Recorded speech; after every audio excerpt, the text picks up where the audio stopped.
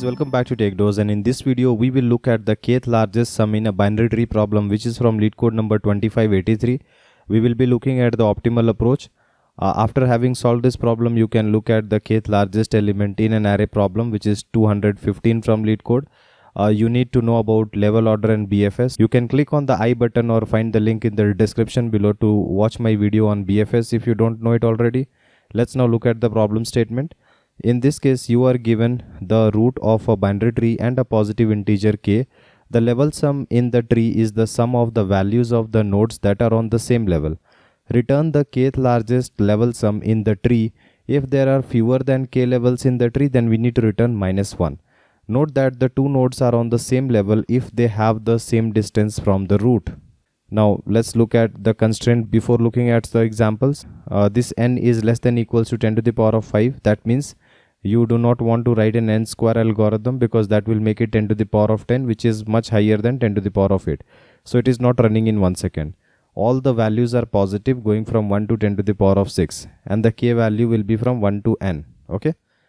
Now let's look at an example for better understanding. Let's say that you are given a binary tree and you will be finding the level sum for each of the levels. So for level 0 the sum is 8.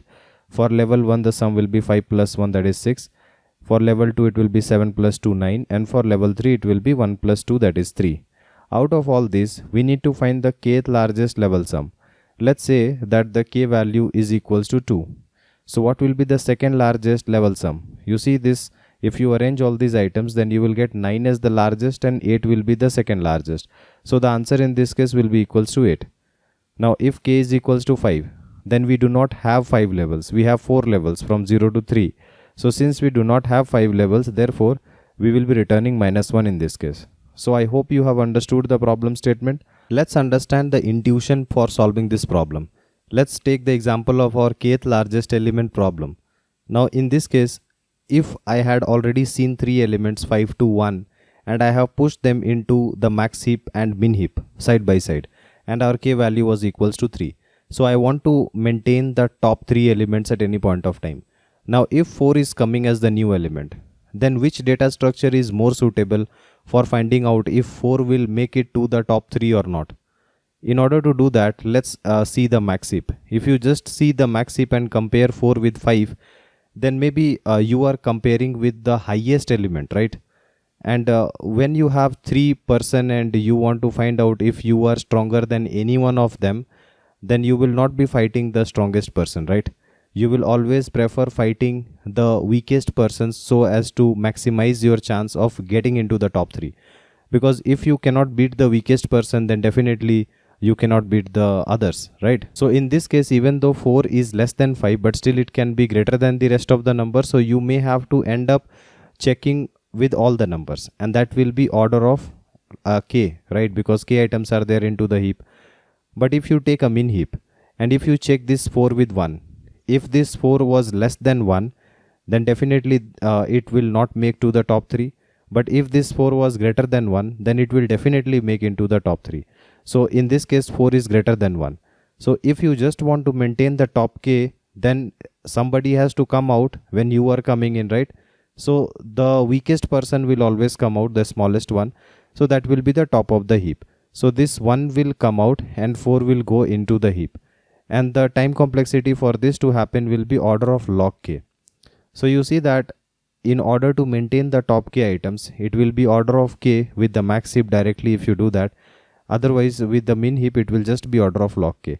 Hence we will be using min heap for solving our problem. We will be solving this with the level order BFS. This is the most intuitive approach. And let's do the simple dry run on the BFS. If you want to learn BFS from scratch, you can watch my video on BFS. The link will be in the I button and also in the description below.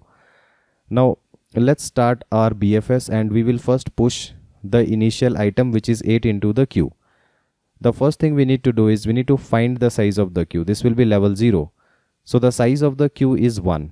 Okay, so we need to just iterate for one item at level 0. What we do is we will be maintaining the level sum. So current level sum will be initialized with 0 for every level, and for level number 0, 8 will be taken out, 8 will get added, and the level sum becomes 8, right? And we will be checking if it has a left child and a right child. So if it has a left child, we need to push that into the queue. If it has the right child, we will push that into the queue as well. And since we are done processing one item which was the size of level 0, so we are done with level 0. Now we will be maintaining only the top k sum, so we will be taking a min heap to maintain the top k sum, right? And let's say in the min heap we have pushed the item 8. Okay, now 8 is in the min heap. Now for the next level, let's say at level 1, we will be finding the size of the queue. So the size of the queue is 2. That means there are 2 items at the next level. So what we do now is, again our level sum will be reinitialized to 0. So we will be restarting the sum with 0. 5 will be taken out, 5 will be added. And we will check the left and right child. Only the left child is present, so 7 will get pushed. Okay. Now 1 will be taken out and 1 will get added. So the level sum is 6. And we will check the left and right child. Only the left child exists, so we will be pushing 2 into it. So now the queue is having 2 items. Okay. And the level sum is 6. So the level sum is pushed into the min heap. Now since the min heap size is less than k, and let's assume that the k value was equals to 2. And since the min heap size is still not greater than 2, so we will not be removing anything from it. Now the next time we will be again finding the size of the queue, that is queue.size, and this is level 2. So 2 item needs to be processed. Again my level sum will be reinitialized with the value 0 for this level. 7 will be taken out, 7 will get added. Do we have a left or right child? No, we do not have anything. 2 will be removed and 2 will get added. Do we have a left or right child? Yes, we have both of them. So add them both. 1 and 2 will get added. Now once this level is entirely done, we have found the level sum. So it will be pushed into the min heap. So if you push it into the min heap, 9 gets in. Now since we want the top k items, the heap size is more than k. So one item has to be removed, and that will be 6 only, right? We will not remove 8 or 9 because we want the top k items to be maintained. So the third item will be removed. That is the reason why we took the min heap, right?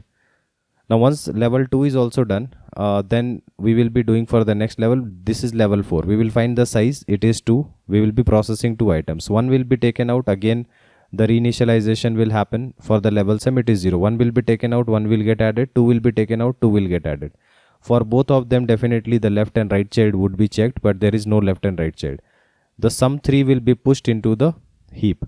Now once you have pushed this sum, after this you will be checking out if the min heap has size greater than 2.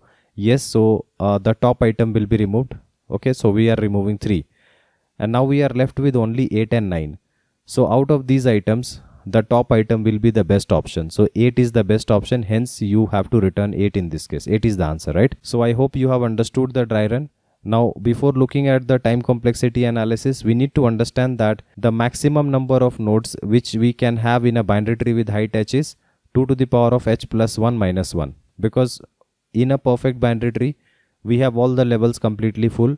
And if this is the tree, then for level 0, we will have 2 to the power 0 node. For level 1, we have 2 to the power 1 node. And similarly, for level h, we will have 2 to the power of h node. Now the total number of nodes here will be the summation of all these values, which is a GP series summation. And if you add them up, it will be 2 to the power of h plus 1 minus 1. Now the total number of nodes already given in the problem statement is equals to n. So n is the same as 2 to the power h plus 1 minus 1, right? Now according to this, the total number of internal nodes will be equals to 2 to the power of h minus 1, and the total number of nodes at the last level will be 2 to the power of h. Okay. So that means what? The last level has almost half the items, than the rest of the levels combined together. Fine. So that means the size of the queue can grow till half of the size of the entire tree. That means it can grow till order of n by 2. So what is order of n by 2? It is equals to order of n. Therefore, the space complexity in this case will be order of n. What about the time complexity? We are parsing all the items at least once, and that is why the time complexity has to be order of n for just doing the parsing. On top of it, if you are thinking about pushing the level sum into the heap size was equals to k. So each of the push and pop operation will be done in log k time. And how many times we are doing this push and pop? We are doing it the level number of times. That means the height times. What is the height in a binary tree? In a perfect binary tree, I will take the height as log of n. Otherwise, I would take the height as n. So if it is a skewed tree, then I will be taking it as n. And if it is not a skewed tree but a balanced tree, then I will take it as log of n. So in this case, I will assume it to be order of n log k, thinking that a skewed tree is also possible, right?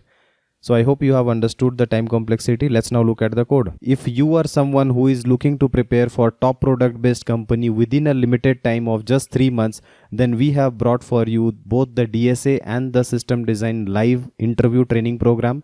The most important feature of this program is you get a filtered and condensed structured curriculum, in-depth discussion of all the topics, and my guarantee of your understanding, one-on-one guidance with me, and live weekend classes. To know more about the training, you can WhatsApp us on this given number. This is the C++ code. You will find the Java and the Python code in the description link. We are given the root and the k value. We have taken the min heap and pushed the root into the min heap. This is the level order traversal code, and we will always define the level sum every time for new level, and we will be finding the size, that means how many items are present at the current level. We will be running the loop for the size number of times, and every time we will be removing the front item of the queue and adding it to the level sum and checking if the left or right exist. If any of them exist, just push them back into the queue.